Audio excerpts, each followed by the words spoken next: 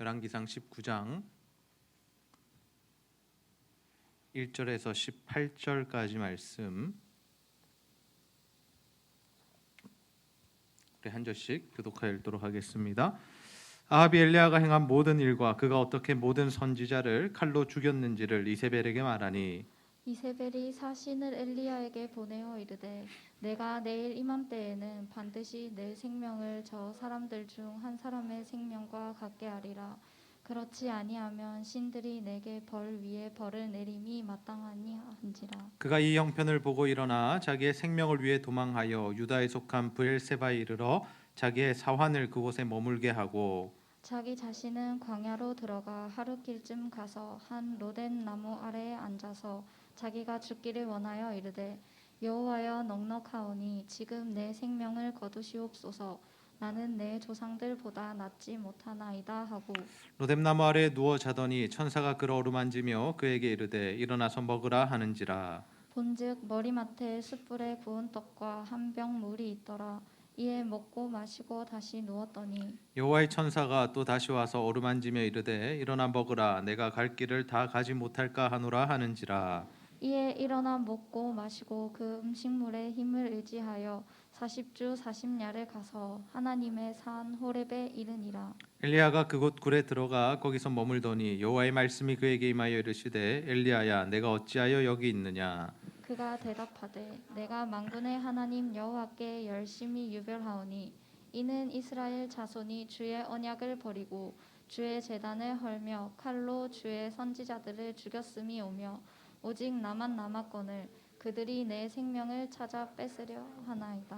여호와께서 이르시되 너는 나가서 여호와 앞에서 산에 서라 하시더니 여호와께서 지나가시는데 여호와 앞에 크고 강한 바람이 산을 가르고 바위를 부수나 바람 가운데 여호와께서 계시지 아니하며 바람 후에 지진이 있으나 지진 가운데에도 여호와께서 계시지 아니하며 또 지진 후에 불이 있으나 불 가운데에도 여호와께서 계시지 아니하더니 불 후에 세미한 소리가 있는지라. 엘리야가 듣고 겉옷으로 얼굴을 가리고 나가 구러기에 섬에 소리가 그에게 임하여 이르시되 엘리야야 내가 어찌하여 여기 있느냐.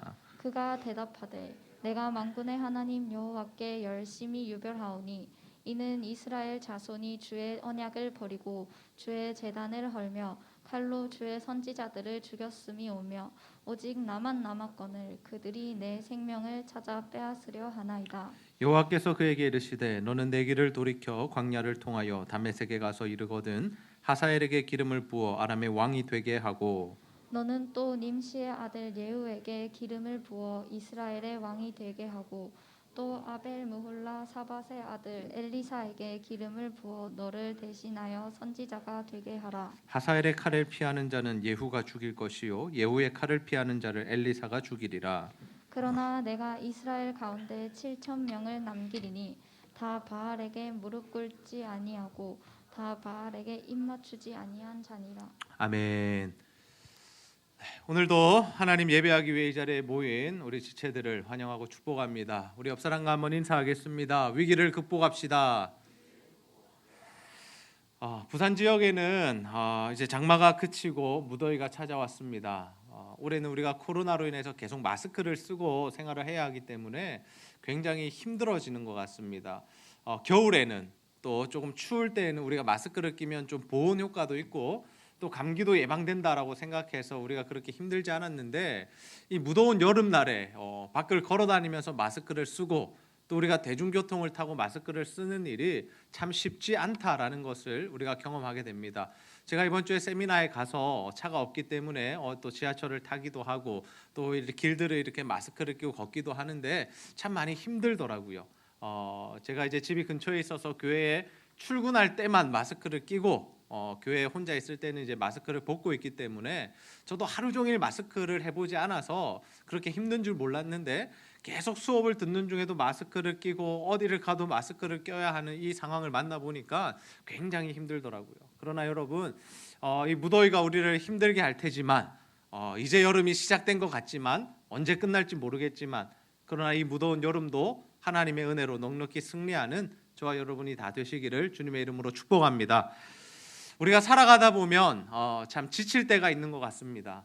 우리가 하나님의 말씀대로 날마다 승리하고 행복하고 정말 감사하고 평안한 삶을 살면 좋은데 현실은 그렇지 못할 때가 더 많다라는 거죠. 우리가 경험하는 바가 무엇입니까? 오랫동안 기도하는 내용들이 잘 응답되지 않을 때, 또 우리 삶 가운데 발생한 문제와 아픔들이 속히 해결되지 않을 때 우리는 지치게 됩니다. 또는 우울감을 느끼게 됩니다. 빨리 이것이 좀 해결됐으면 좋겠는데, 빨리 이 시간이 좀 지나갔으면 좋겠는데 그렇지 않을 때 우리의 마음이 참 힘들다라는 거죠. 신앙생활을 잘하는 사람도, 예수 믿을 오래된 우리 집사님들도, 심지어 우리 사역자들도 이러한 영적인 슬럼프에 빠질 때가 있습니다. 그 이유가 무엇입니까? 사람은 완벽한 존재가 아니라 연약한 존재이기 때문이죠. 모든 사람은 연약한 존재이기 때문에 언제라도 넘어질 수 있고 실수할 수 있고 또 힘들고 지쳐서 죽기를 구하는 모습으로 나아갈 수 있다라는 겁니다. 그렇다면 여러분, 우리의 삶 가운데 이러한 힘들고 지치는 상황들이 올 때, 이러한 위기의 상황들이 올 때 우리는 어떻게 극복해야 할까요? 여러분, 우리는 이러한 위기들을 어떻게 극복하고 정말 진정으로 승리하고 이기는 삶을 살아갈 수 있는 것일까요? 엘리야는 하나님의 살아계심을 나타내며 850대 1의 전투에서 승리합니다. 여러분, 이것은 엄청난 믿음의 승리였습니다. 우리가 지난주에 살펴보았지만 하나님의 살아계심이 하늘에서 떨어지는 불을 통하여 강력하게 나타났고, 그로 인하여서 850명의 거짓 선지자들을 그 자리에서 즉시 죽일 수 있는 그러한 놀라운 하나님의 은혜를 경험했습니다. 그런데 여러분, 엘리야가 이렇게 하나님의 크신 능력을 경험한 이후에 그 다음에 만났던 일이 무엇입니까? 바로 삶의 위기였다라는 거죠. 엘리야처럼 능력의 종임에도 불구하고, 정말 하나님의 살아계심을 나타내는 삶을 살았음에도 불구하고 그 다음에 찾아오는 것은 무엇이냐? 바로 이 죽고 싶은 순간들이 찾아올 수 있다라는 거죠. 아하방이 당했습니다. 완전히 당했죠. 아하방이 이 엘리야에게 지고 난 이후에 누구에게 가서 이야기를 하냐면 아내인 이세벨에게 가서 이야기합니다. 그리고 이세벨이 화가 납니다. 여러분, 우리가 지난주에도 살펴보았지만 이 850명의 선지자들이 누구의 상에서 먹었다라고 성경에서 기록하고 있죠? 이세벨의 상에서 먹었다라고 합니다. 그 말은 이세벨이 그 선지자들을 관리할 뿐만 아니라 지원하고 적극적으로 우상을 섬길 수 있도록 서포트했다라는 겁니다. 그런데 지금 이세벨이 아끼는 그 850명의 거짓 선지자들이 다 죽임을 당했습니다. 그러자 이세벨이 이 사람을 보내서 이 엘리야를 어떻게 협박합니까? 850명이 죽은 것처럼 너도 죽게 될 것이다. 내가 너 가만히 안 둘 거야. 내가 너 죽여버릴 거야 라고 그렇게 협박을 하죠. 이 악한 여인의 협박을 받은 엘리야가 어떻게 반응합니까? 우리 열왕기상 19장 3절에서 4절 말씀을 함께 한번 읽겠습니다. 시작.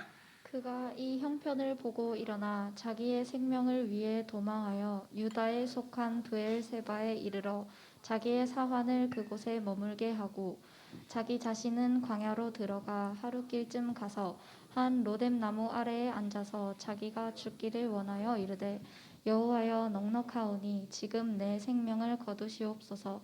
나는 내 조상들보다 낫지 못하나이다 하고. 아멘. 엘리야가 이 이세벨의 협박을 받고 어떻게 하면 마음이 두려워지게 됩니다. 마음이 무너져 버렸죠. 그래서 자신의 생명을 위해 도망을 가게 되고 이 로뎀 나무라는 그 작은 나무 아래에 앉아서 죽기를 원합니다. 그러면서 하나님께 이렇게 이야기하죠. 여호와여 넉넉하오니 지금 내 생명을 거두시옵소서. 죽여달라는 겁니다.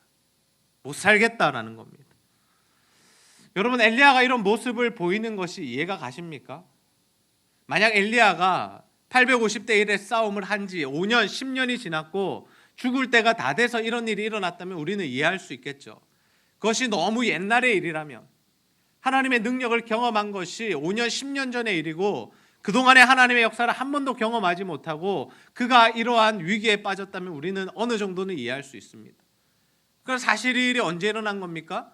850대 1의 전투에서 승리하고 난 직후에 일어난 일이다라는 거죠. 여러분, 이 말씀을 통하여서 우리가 기억해야 할 것은 무엇입니까? 우리도 언제든지 위기를 맞이할 수 있다라는 거죠. 우리가 지치기도 하고 넘어지기도 하고 죽고 싶어지기도 합니다.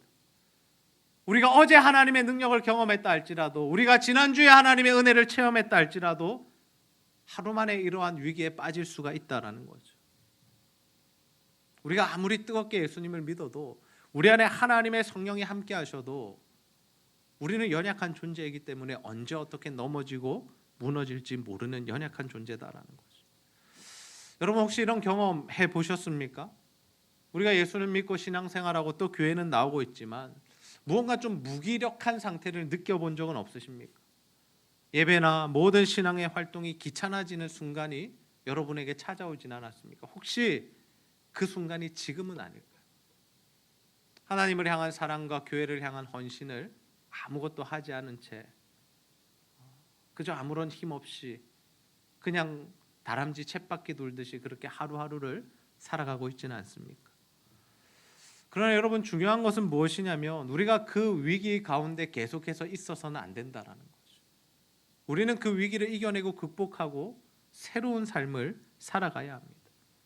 그렇다면 여러분 우리가 이 위기를 극복하는 방법은 무엇이냐? 바로 하나님을 만나는 것이죠.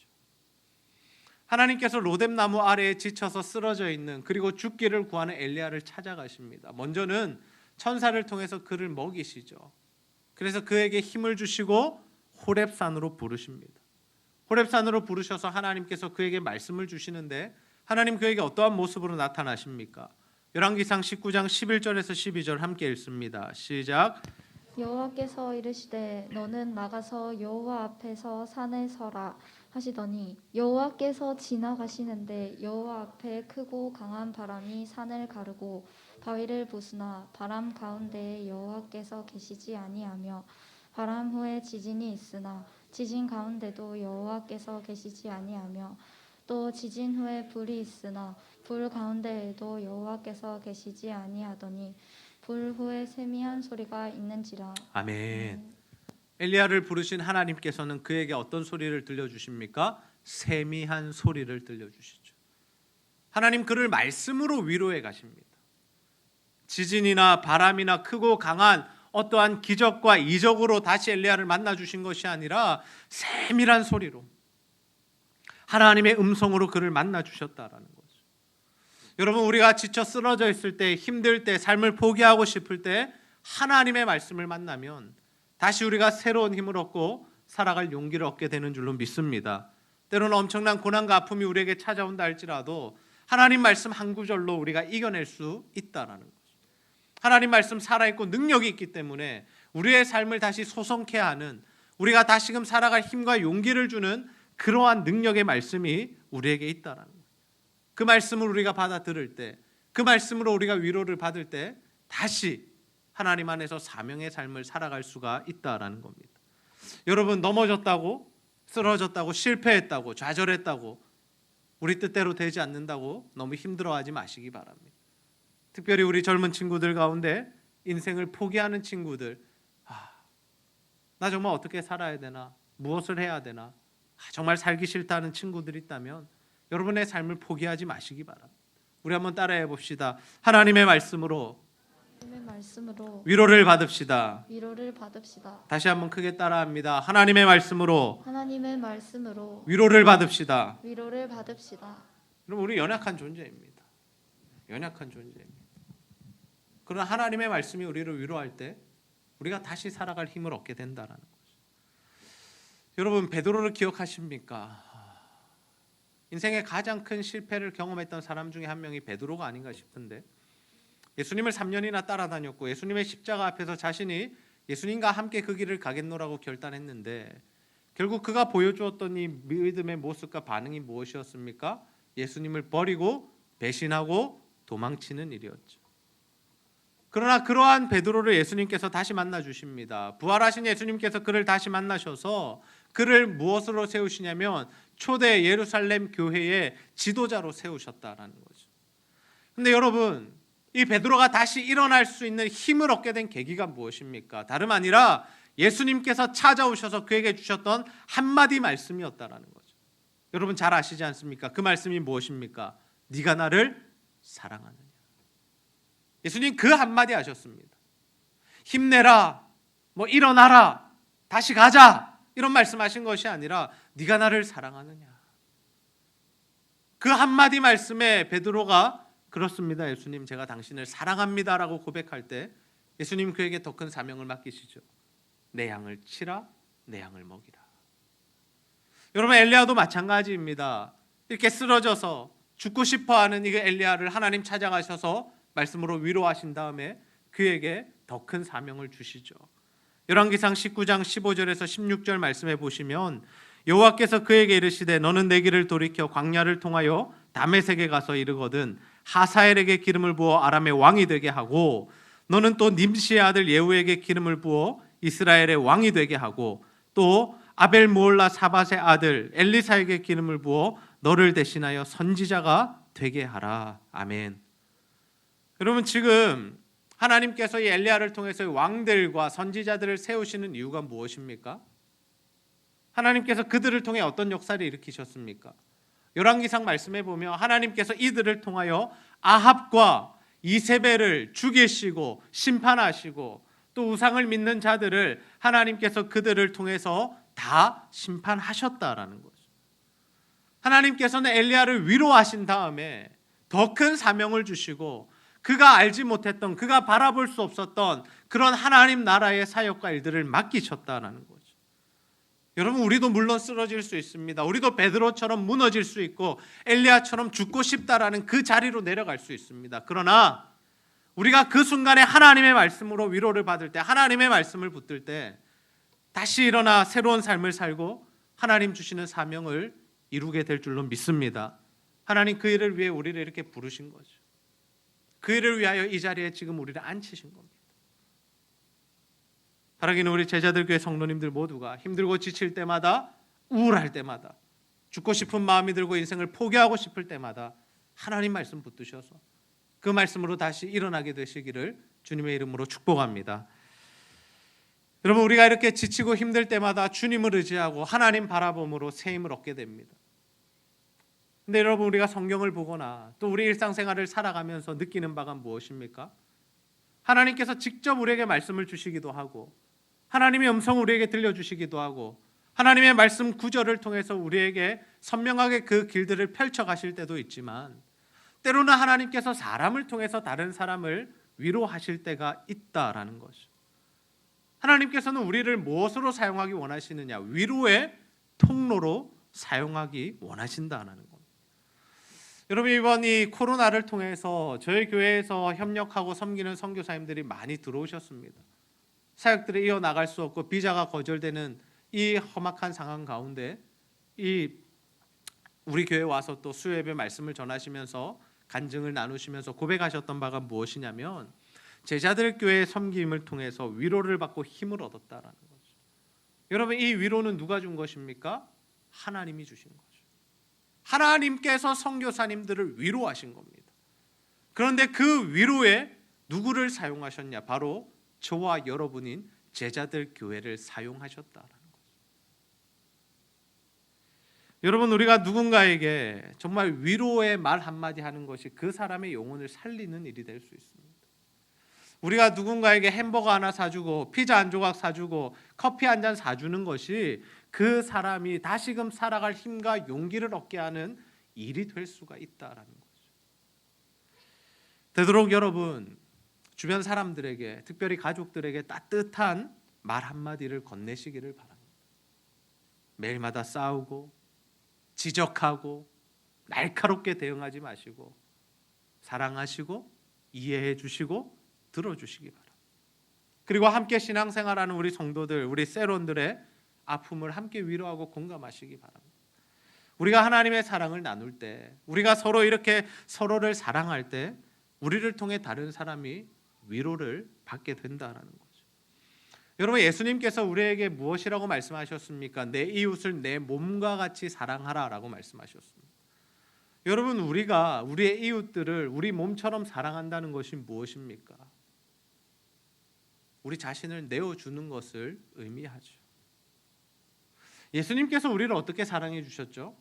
우리 요한복음 3장 16절 유명한 말씀인데요. 함께 한번 읽어보겠습니다. 시작. 하나님이 세상을 이처럼 사랑하사 독생자를 주셨으니 이는 그를 믿는 자마다 멸망하지 않고 영생을 얻게 하려 하심이라. 아멘. 여러분, 하나님께서 우리를 어떻게 사랑해 주셨습니까? 하나님께서 세상을 이처럼 사랑하사 무엇을 주셨다고요? 독생자를 주셨으니. 우리는 주로 이 뒷구절의 은혜를 받습니다. 이는 그를 믿는 자마다 멸망하지 않고 영생을 얻는다. 그래, 내가 예수를 믿기만 하면 내가 영생을 얻지, 구원을 받지, 천국 가지. 여기만 우리가 신경 쓰는데 사실 이 뒷구절보다 중요한 게 뭡니까? 이 우리의 구원을 전제하는 내용이 뭡니까? 하나님께서 우리를 사랑하셔서 독생자를 주셨다라는 거죠. 예수님께서 우리를 위하여 십자가 달려 죽지 않으셨으면 우리에게 구원이 임하지 않는다라는 겁니다. 그렇게 자신의 몸을 내어주신 예수님께서, 사랑의 본을 보여주신 예수님께서 우리에게 뭐라고 말씀하십니까? 너희들도 내 이웃을 내 몸과 같이 사랑하라라는 거죠. 여러분, 우리가 자녀를 사랑하면 어떻습니까? 자신이 가진 것을, 모든 것을 내어줍니다. 우리가 남자친구나 애인이나 배우자를 사랑할 때 자신의 시간을 내는 것, 물질을 쓰는 것 아깝지 않게 여긴다라는 거죠. 우리는 그러한 마음으로, 그러한 사랑으로 우리 가족을, 이웃을, 또 성도를, 세상을 사랑해야 하죠. 이 세상의 가르침은 무엇입니까? 자신을 사랑하라라는 겁니다. 맞는 말인 것 같죠? 그런데 여러분, 자신만 사랑하면 어떻게 됩니까? 모두가 다른 사람을 사랑하지 못하게 되고 그로 인하여서 나도 사랑을 받지 못하게 되죠. 여러분, 지금 시대, 포스트 모던 시대에 세상이 주는 가르침은 무엇입니까? 다른 사람 신경 쓰지 말고 너의 행복에 집중해라는 겁니다. 네가 행복하면 돼. 너만 잘 살면 돼. 너에게만 문제가 없으면 되고 너만 건강해지고 너만 성공하면 돼. 그렇게 모든 사람들이 자신의 성공과 자신의 행복과 자신의 쾌락만을 추구하는 삶을 살면 어떻게 될까요? 절대로 행복하지 않습니다. 여러분, 자신의 삶과 자신의 행복과 자신의 쾌락만을 추구한 이 시대의 사람들이 왜 이렇게 더 많이 우울증에 걸리고 정신적 치료를 받게 되는 것일까요? 왜 다른 사람 배려하고 이해하고 함께 더불어 살아가던, 오히려 지금보다 더 물질이 풍부하지 못하고 삶의 여건이 좋지 않았던 수십 년 전의 그 시대보다 과학이 고도로 발달하고 언제든지 맛있는 거 사 먹을 수 있고 부족함 없이 살아가는 우리들에게 이러한 정신적인 문제들이 더 많이 발생하느냐라는 겁니다. 우리는 세상의 잘못된 가르침에 속고 있다라는 거죠. 나 자신을 사랑하면 된다라는 것이 성경과 반대되는 이야기다라는 겁니다. 나 자신만을 사랑할 때 나는 다른 사람을 사랑하지 않습니다. 마찬가지로 상대방도 나를 사랑해 주지 않죠. 여러분, 우리가 행복함을 느끼고 진짜 위로를 받는 순간이 언제입니까? 다른 사람이 나를 이해해 주고 사랑해 줄 때가 아닙니까? 우리가 다른 이들을 먼저 사랑하고 이해해 주고 또 그들도 우리를 사랑해 줄 때, 이 사랑의 교감이 될 때, 사랑이 흘러갈 때, 사랑이 넘쳐날 때 우리가 서로 위로를 받고 행복해질 수가 있다라는 거죠. 근데 여러분, 신기한 것이 무엇인 줄 아세요? 우리가 하나님의 사랑으로 다른 이들을 섬기고 사랑하면 하나님께서 그것을 아시고 더 많이 은혜를 부어주신다라는 거죠. 우리는 우리의 사랑을 나누는 것을 소모라고 생각합니다. 낭비라고 생각합니다. 아닙니다. 우리가 다른 이들을 사랑하는 것은 오히려 하나님의 더 큰 사랑을 받는 길이다라는 거죠. 여러분, 예수님께서 우리에게 주신 사랑과 위로의 이 원리가 무엇입니까? 우리 마태복음 7장 12절 함께 읽습니다. 시작. 그러므로 무엇이든지 남에게 대접을 받고자 하는 대로 너희도 남을 대접하라. 이것이 율법이요 선지자니라. 아멘. 우리는 다른 사람에게 위로를 받기 원하고 인정받기 원하고 대접받기 원하죠. 누군가 내 이야기를 들어주지 않으면 우리는 불쾌해합니다. 내 의견이 수렴되지 않으면 화가 납니다. 근데 성경은 우리에게 뭐라고 가르칩니까? 누구든지 남에게 대접받고 싶은 대로, 네가 다른 사람들에게 대접받고 싶은 대로 너도 다른 이들을 대접하라라는 거죠. 우리가 인정받고 싶은 것처럼 다른 이들을 인정해주고, 우리가 이해받고 싶은 것처럼 우리가 다른 이들을 이해해주고, 누군가 내 이야기 좀 들어주면 좋겠다라는 그 마음으로 우리가 다른 친구들의 아픈 이야기들을 들어줄 때 하나님의 사랑이 우리 안에 임한다라는 거죠. 여러분, 친구들에게 쏟는 사랑, 가족들에게 쏟는 사랑을 아까워하지 마시기 바랍니다. 여러분, 함께 신앙생활하는 우리 세론들, 우리 같은 부서의 지체들을 사랑하는 일에 인색하지 마시기 바랍니다. 여러분, 세상을 품고 섬기는 일에 용기를 다하시기 바랍니다. 하나님께서 다 아시고 하나님께서 다 갚아주십니다. 바라기는 저와 여러분 모두가 정말 하나님 말씀처럼 이웃 사랑을 실천하는 삶을 살아 정말 하나님 주시는 은혜와 사랑이 우리 가운데 임하고 또 다른 이들을 살려내는 위로의 통로로서의 삶을 살아가게 되시기를 주님의 이름으로 축복합니다. 우리 삶에는 언제나 행복과 승리만 가득한 것이 아닙니다. 우리가 때로는 지치기도 하고 실수하기도 하고 넘어지기도 하고 또 가끔은 죽고 싶어지는 삶을 포기하고 싶은 상황에 이르기도 하죠. 엘리야도 그러했습니다. 정말 큰 승리를 얻었지만 그 이후에 이세벨을 통하여 협박을 받을 때 그의 마음이 무너져 내렸고 죽고 싶다라는 생각을 하게 됐다라는 거죠. 그렇다면 여러분, 우리가 이러한 위기들을 만날 때 인생이 힘들고 지치는 순간마다 어떻게 이겨내야 하겠습니까? 그것은 바로 하나님의 말씀의 위로를 받는 것입니다. 하나님의 말씀에 힘이 있습니다. 하나님만이 진정한 위로자 되시죠. 우리가 그 말씀을 붙들 때 다시 한번 일어설 수 있게 되고 하나님이 기뻐하시는 삶을 살게 된다라는 거죠. 이 시대의 사람들이 무엇으로 위로를 얻으려 합니까? 술과 담배와 섹스와 마약과 게임 중독으로 자신의 어떠한 위로를 받으려고 해보고 하지만 실상 그것이 거듭되면 거듭될수록 더 공허함을 느낄 뿐이고 그 증세는 더 심각해져만 갑니다. 이것으로 해결할 수 있었다면 모든 사람들이 행복하게 살아갈 수 있겠지만 이것은 우리의 영혼을 피폐하게 만들 뿐 우리의 대안과 해결책이 되지 못한다라는 거죠.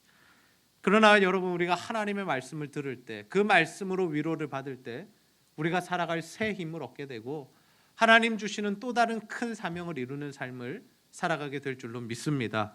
우리가 한 가지 더 기억할 것은 무엇입니까? 하나님께서는 우리가 위로의 통로가 되기를 원하신다라는 거죠. 우리의 따뜻한 말 한마디가 다른 사람을 살릴 수 있습니다. 우리가 대접하는 작은 섬김이 다른 사람에게 힘과 용기를 줄 수 있죠. 그래서 우리는 내 이웃과 내 이웃을 사랑하되 내 몸같이 사랑해야 하고 내가 그들에게 받고 싶은 대접을 받고 싶은 모습으로 우리가 그들을 대접해야 합니다. 저는 우리 모두가 하나님의 말씀과 예수 그리스도의 사랑으로 충만하여서 정말 위기를 극복하고 승리하는 삶을 살아가게 되기를 소원합니다. 뿐만 아니라 여러분, 그 예수님의 말씀처럼 다른 이들을 사랑하시되 정말 여러분의 몸과 같이 사랑하셔서 많은 이들을 살려내고 위로하고 또 그들 가운데 하나님의 위로를 부어주는 위로의 통로로서의 삶을 살아가게 되시기를 주님의 이름으로 축복합니다. 우리 시간 위로송 함께 부르면서 찬양할 텐데 우리 옆 사람 바라보시면서 진심을 담아서 한번 위로했으면 좋겠습니다.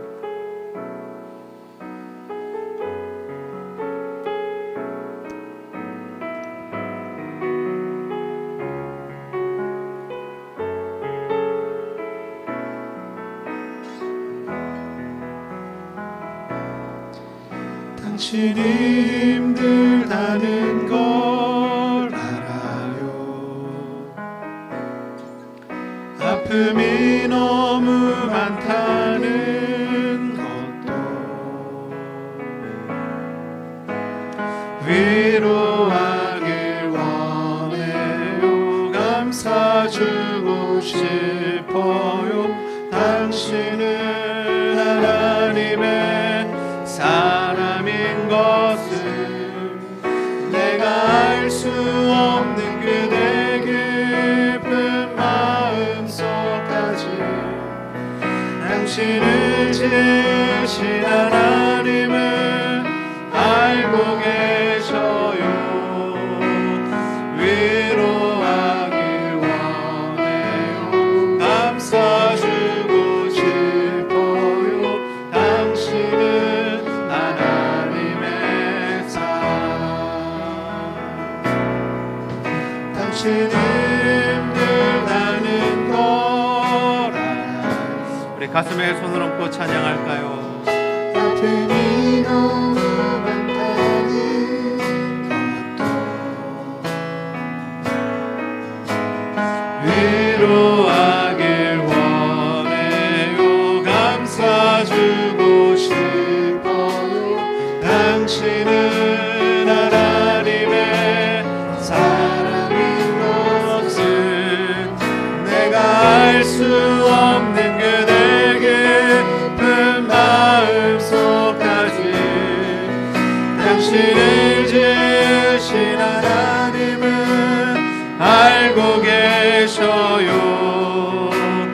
위로하길 원해요. 감싸주고 싶어요. 당신은 하나님의 사랑. 내가 알 수 없는 그대, 내가 알 수 없는 그대 깊은 마음 속까지 당신을 지으신 하나님은 알고 계셔요. 위로하길 원해요. 감싸주고 싶어요. 당신은 하나님의 사랑. 우리 시간 말씀 붙들고 한번 기도합시다. 하나님, 우리 인생에 힘들고 지치는 일들이 참 많이 있습니다. 아버지, 때로는 죽고 싶고 때로는 삶을 포기하고 싶을 때도 있습니다. 그러나 하나님, 우리가 그럴 때마다 주의 말씀 붙들게 하시고 하나님의 말씀으로 위로받아 새로운 힘으로 일어나서 승리하는 삶을 살게 하여 주시옵소서. 뿐만 아니라 하나님, 우리가 정말 우리만 위로받고 하나님의 은혜로 살아가는 것이 아니라 이 시대에 참 많이 힘들어하고 아파하는 영혼들을 사랑하며 그들까지 품으며 그들을 위로하는 위로의 통로가 되기를 소원합니다. 아버지, 우리에게 주신 그 사랑 나누는 자가 되게 하여 주시고 정말 내가 그들에게 대접받고 싶은 대로 그들을 대접하며 이웃을 내 몸과 같이 사랑함으로 많은 사람들 살려내고 위로하고 그들을 축복하는 복된 인생이 되게 하여 주옵소서. 우리가 이러한 기도의 제목을 가지고 하나님 앞에 간절히 한번 기도하도록 하겠습니다. 아버지 하나님, 참으로 감사합니다. 오늘도 하나님 우리를 이 자리에 불러주시고 하나님의 말씀을 통하여 위로하여 주시니 너무나 감사합니다. 아버지 하나님, 엘리야를 만나주시고 아버지 그에게 말씀하시며 위로하시며 새로운 사명을 주신 하나님, 아버지 우리의 삶에 힘들고 어려운 순간마다 하나님 우리를 찾아와 주시고 만나주시고 하나님의 말씀으로 새 힘을 얻어 승리하는 인생 살아갈 수 있도록 주여 아버지 하나님 도와주시고 하나님 역사하여 주시옵소서. 하나님의 은혜와 사랑이 하나님 우리 가운데 임하기를 소원합니다. 아버지 하나님, 주시는 곳마다 주님 우리 가운데 함께하여 주옵소서. 하나님의 사랑을 이겨내게 하시고 승리하게 하여 주시옵소서. 아버지 하나님뿐만 아니라 우리가 하나님 정말 이제는 우리도 하나님의 은혜로 하나님 다른 이들을 위로하며 축복하는 인생 되게 하여 주시기를 소원합니다. 아버지, 따뜻한 말 한마디로 위로하게 하여 주시고 우리가 가진 것으로 다른 이들을 아름답게 섬김으로 그들을 살려낼 수 있도록 주여 아버지 하나님 도와주시고 하나님 역사하여 주옵소서. 아버지, 시대의 많은 자들이 우울증과 하나님 정신적인 문제로 하나님 약을 먹으며 아버지 하나님 위로할 바를 찾지 못하여 아버지 하나님 여러 가지 것들을 붙들고 아버지 잘못된 위로를 하고 있는 이 시대에 하나님 그들을 만나주시고 아버지 우리의 사랑을 통하여 그들의 하나님을 만나며 하나님 새롭게 살아날 수 있도록 주여 도와주옵소서. 많은 영혼들을 살리는 일을 감당하기 원합니다. 참된 하나님의 사랑과 위로를 전달하는 자가 되기를 원합니다. 아버지 하나님, 우리 가운데 하나님의 위로를 더하시고 사랑을 더하시고 아버지 그 사랑으로 하나님 우리도 나아가서 그들을 살려내는 인생 되기를 소원하오니 아버지 인도하여 주시옵소서. 주님 안에 복된 삶을 살아가게 하여 주시옵소서. 아버지 하나님 인도하여 주시옵소서.